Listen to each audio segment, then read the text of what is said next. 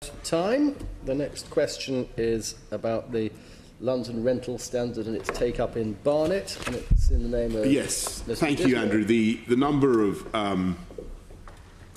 landlords signed up to the London rental standard in Barnet is, I think, 448.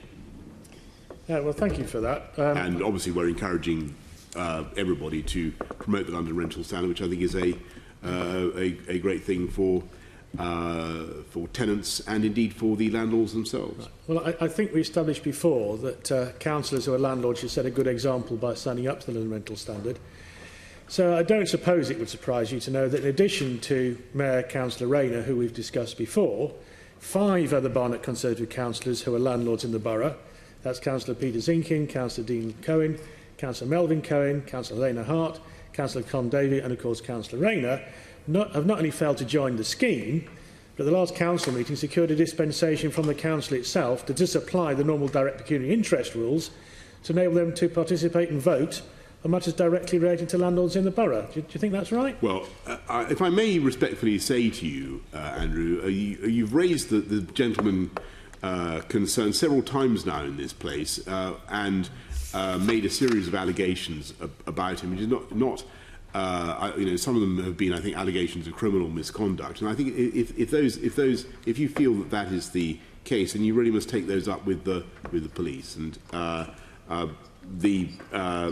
general view about the London rental standard is it is an excellent thing, and I would encourage everybody to sign up to it if they possibly can. Okay. Well, if it's so important and so successful, do you think it's time for us also to have a rental standard code of practice for landlords of commercial properties, especially in light of what's happening as a result of the new permitted development rights introduced by your government, which allow change from office to residential use? I'll give you a couple of examples. In Camden, the Camden Town bid set up 100 young entrepreneurs at Carlisle House in Camden Town. 500 people work there. They've all been evicted from the building so it can be converted into flats. On Monday, I met with businesses in Premier House in Edgware. There are 150 individual businesses, charities, other SMEs based there. There are over 400 staff between them. They've just been told to get out, some with only 4 weeks' notice, so the landlord can convert the building into flats at the suggestion of Barnet Council. For example, Mr Heyman runs a chartered accountants, employs 4 people and has been in there for 13 years. Mr Shah runs an import business. He's been in Premier House for 18 years. He employs 11 people, yet he's been given just 4 weeks to leave. What help do you think we should have a rental standard for these business premises? But more importantly, what help can you offer these SMEs to either persuade the landlord not to evict them, or otherwise to help them out in their particular difficulties, trying to relocate in the area? But unfortunately, office space there is in short supply, and the premiums of office rents have gone up precisely because of this building being turned into flats. Do you think it's time for the government to rethink this and not allow evictions of long-established businesses, but only perhaps convert empty office blocks? But more importantly, what are you going to do for these people who are about to be thrown out of their livelihoods? Well, I've certainly studied the case that you mentioned, and I'm generally I share your concerns about the temptation to try to solve the housing crisis by turning too much of London's employment space, London's office space, into residential. And I think many boroughs are concerned about this now, and I think it's entirely proper that they should be concerned. We need to make sure that London retains substantial supplies of space for economic activity. And I can't give you a top of the head answer to the precise will you agree problem that you raise in Barnet. But generally speaking, we have two simultaneous. We have a housing crisis, and it may well be that there is an argument in some cases for turning disused office space. And you see it around. But the point about just finish the answer. I can give you a general answer. If you look at I've seen there are schemes I've seen in Croydon where very much underused office space has been turned into residential quite successfully. Yeah, but the point is it will not always be wrong. This is not disused office space. But you've got to be very careful. This is office space used by long-established businesses of 15, 18 or more years.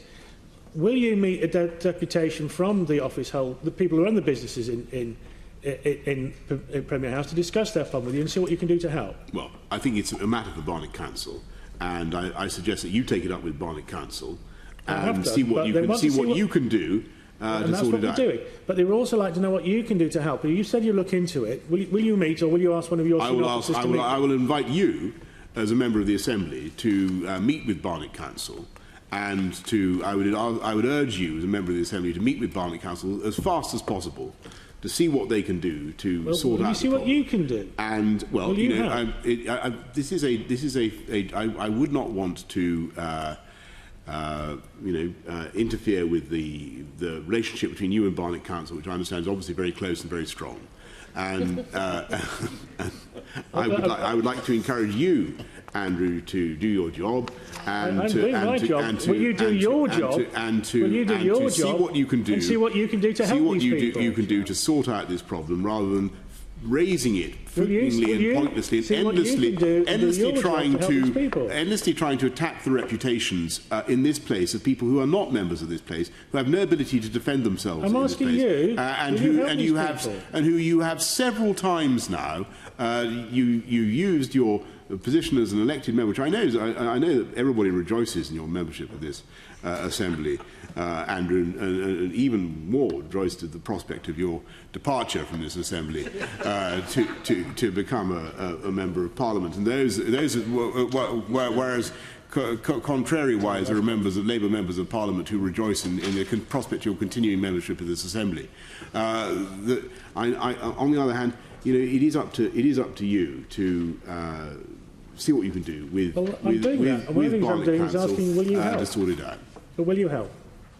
I will help by urging you to repair your damaged relations with Barnet Council by doing what you can to help in the case concerned. Right. Assemblyman